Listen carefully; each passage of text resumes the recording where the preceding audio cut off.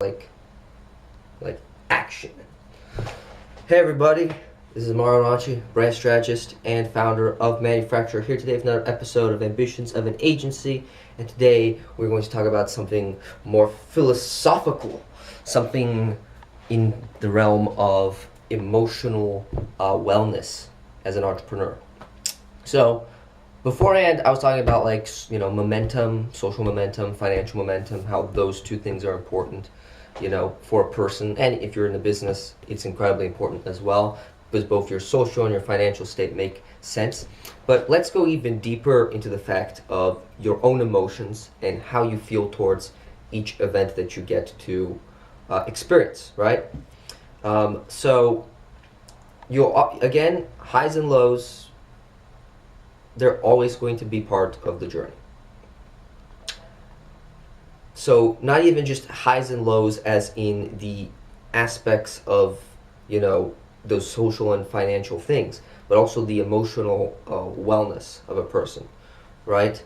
And the thing is, you learn to kind of control the aspect of, I wouldn't say control, it's more so like be more aware of your different emotional states and actually labeling them and knowing what they are in those certain moments, and this can come from a practice of meditation, or it can come from a practice of just watching your emotions, watching them, writing them down, or experiencing them a very couple of times, a lot of times, to the point that you almost know, oh, this is sadness, this is anger, this is jealousy, this is envy, this is anxiety, this is,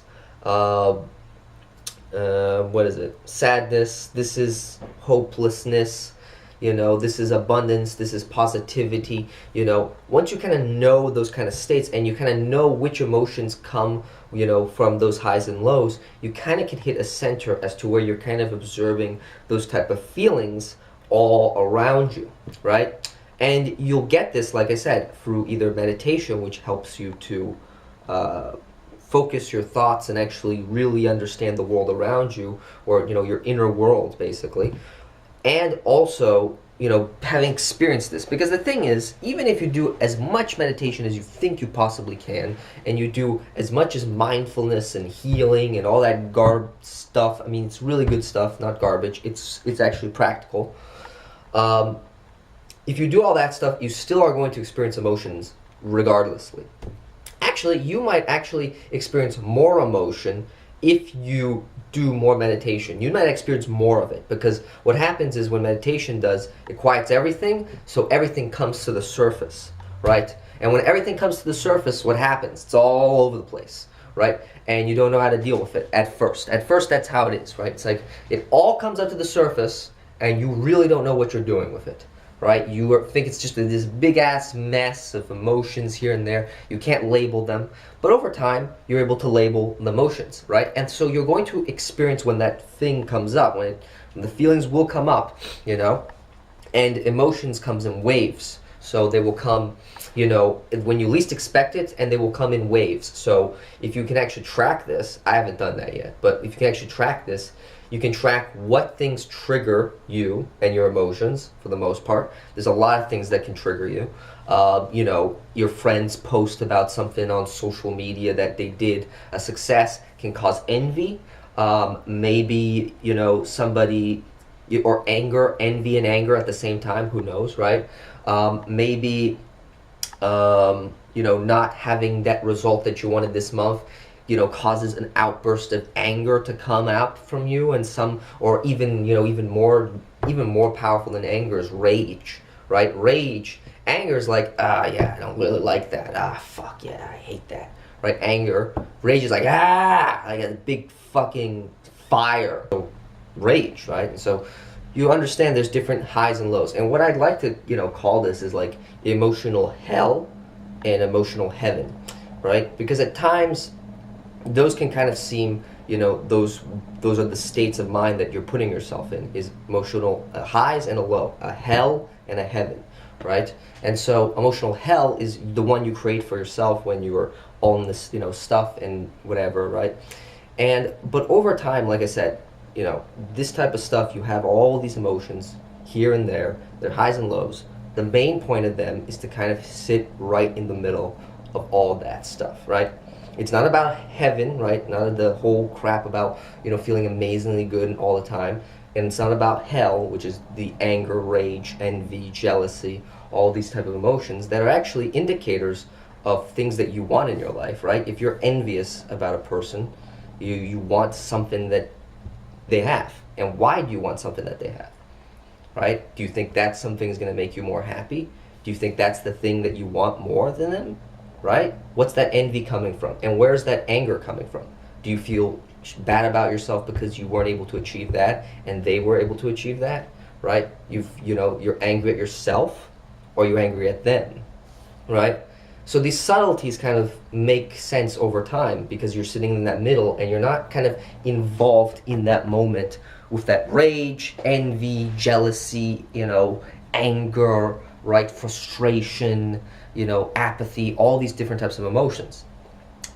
So yeah, it's just really about understanding that there's two sides of the coin and that you can sit right in the middle of the coin, and only by understanding those two states of mind and experiencing those two states of mind at each time in your life, and noting when you do and being aware of that fact, only can you sit in the middle and then recognize, oh yeah, this is rage, right? And then not act on rage.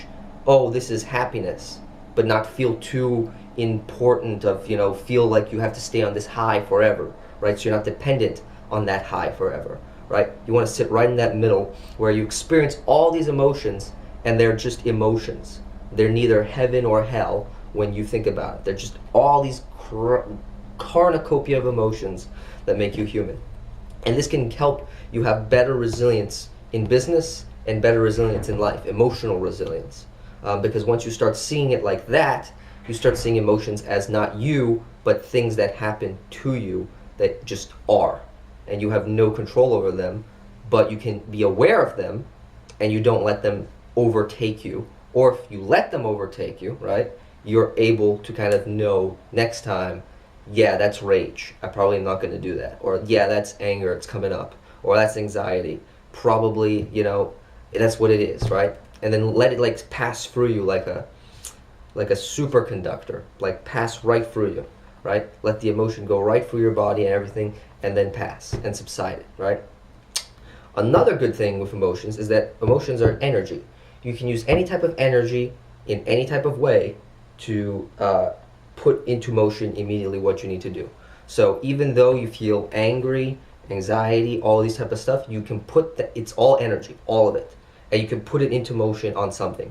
You see, people think that they have to, once they feel an emotion, they have to project it onto somebody else, which is bullshit, because that's just their weakness, or that's their own weakness to, just project and throw things at. And not saying that everyone's perfect. Everyone's going to project their energy or emotion out to somebody immediately at some point in time. It's going to happen. Humans are imperfect, right? I can't say that I'm perfect either, right? But if you can be more aware of it, you don't need to project your energy onto the person that you are talking to, or you're going to go do an action. You don't want to, project that pain or energy onto them. You want to project the pain and energy, all the emotions onto the work, so that you push through that and you use that energy for the work, right? And you'd be like, well, Mario, I want to be positive when I do things. It's like, yeah, I know you want to be positive when you do things, man.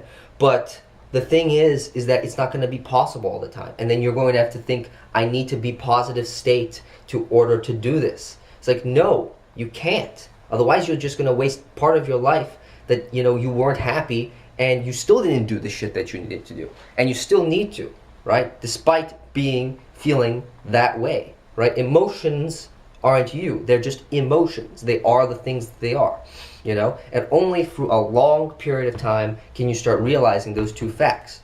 One, that you don't need to really, involve yourself in emotions as much as you think you need to and let them take over you. And two, you don't need to project emotions onto people that you think you need to, and you need to show them your anger, show them your jealousy, show them this, right? You don't need to. You just project it back into the work that you need to do and get to it. right?